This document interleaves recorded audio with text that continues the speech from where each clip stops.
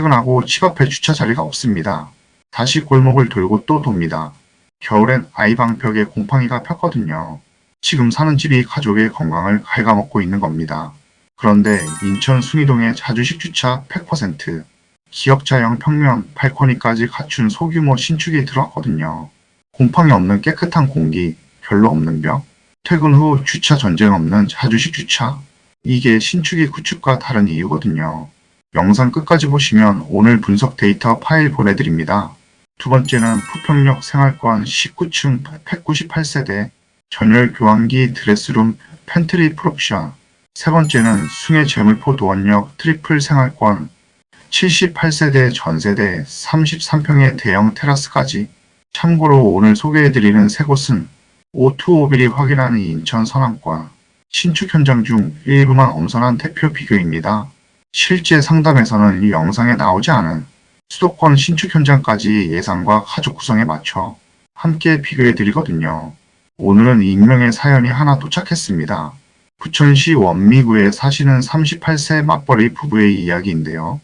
5살 자녀 1명과 함께 20평 구축 빌라 전세로 살고 계신 분이에요. 겨울철 결로가 심해서 아이방 벽에 곰팡이가 피었고요.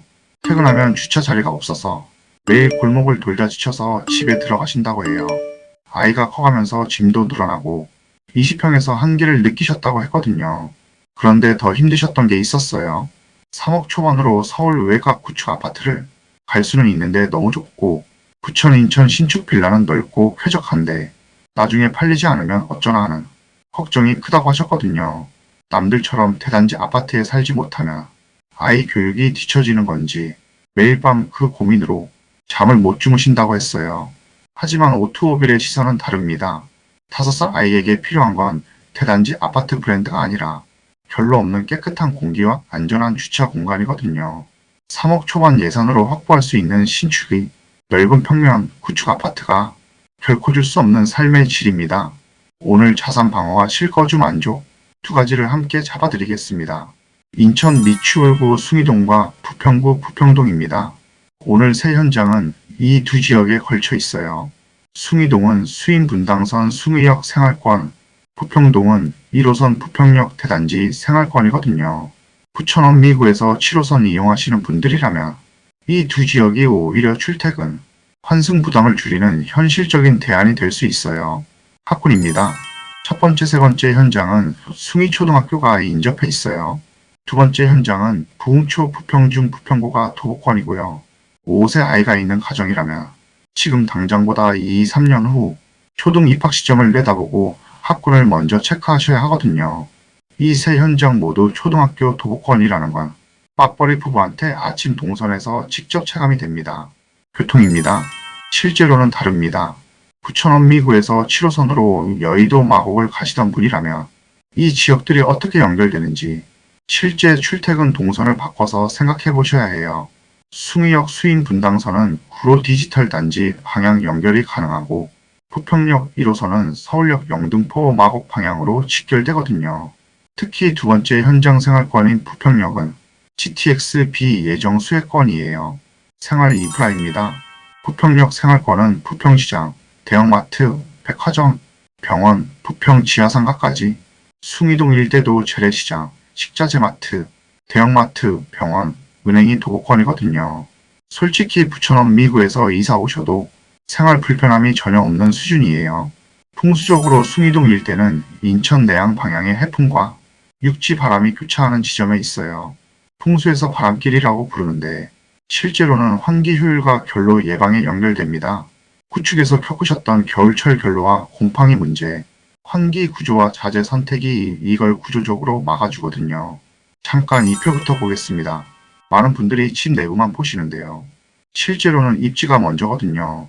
이 표 하나만 봐도 어느 현장이 미래 가치에 강한지, 어느 현장이 실거주 편의에 강한지 바로 보입니다.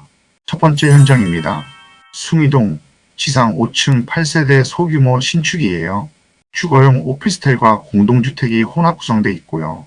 소규모라고 들으시면 작다는 인상을 받으실 수 있는데 이 현장은 소규모가 조용한 주택과 환경과 결합된 강점이거든요. 현관입니다. 3연동 중문이 설치되어 있고 웨인스코팅이 들어가 있어요.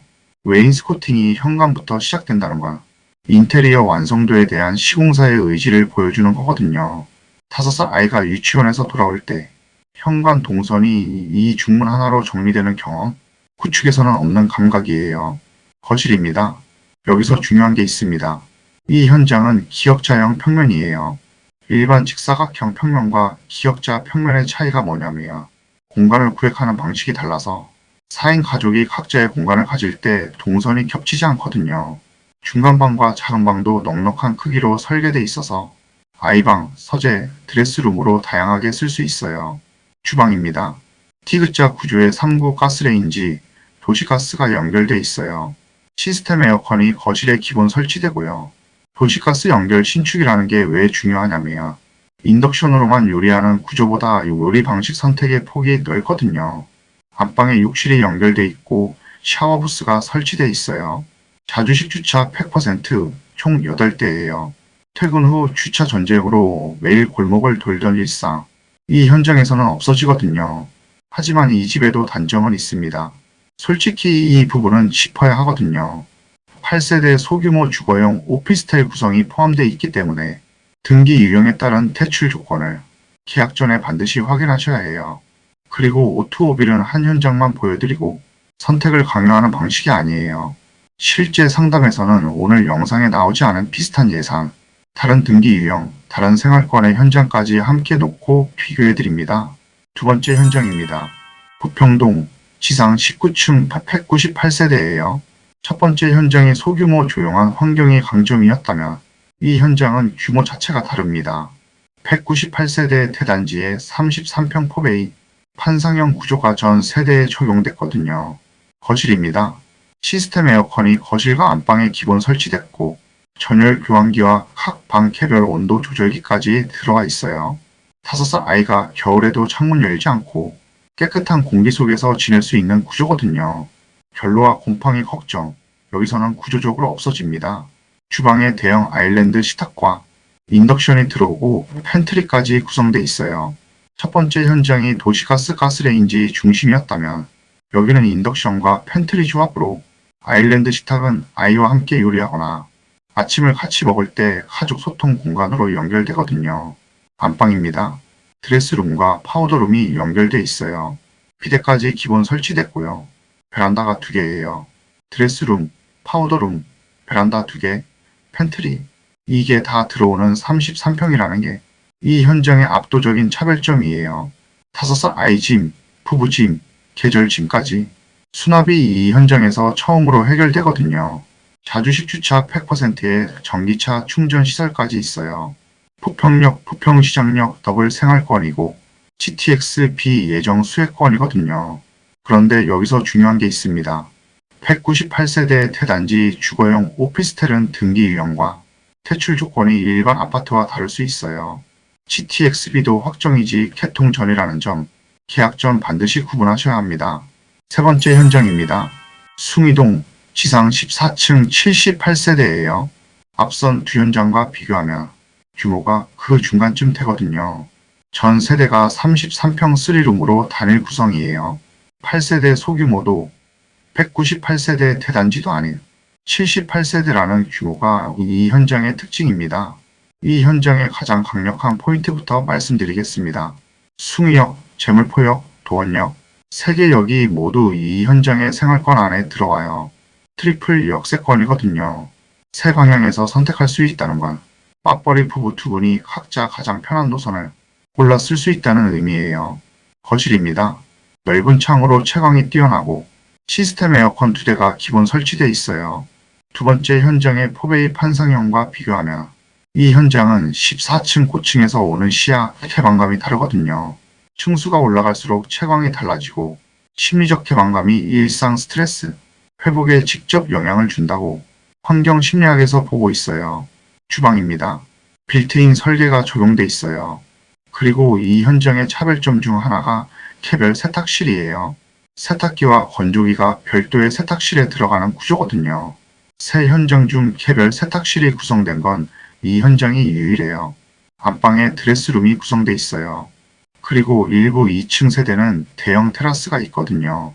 첫 번째 현장의 발코니, 두 번째 현장의 베란다 두 개와 비교해서 이 현장의 2층 대형 테라스는 활용 범위가 가장 넓어요. 아이 야외 놀이 공간, 가족 바비큐 공간, 텃밭까지 가능한 구조거든요. 다만 2층 세대를 원하신다면 별도로 확인하셔야 해요. 자주식 주차 100%예요.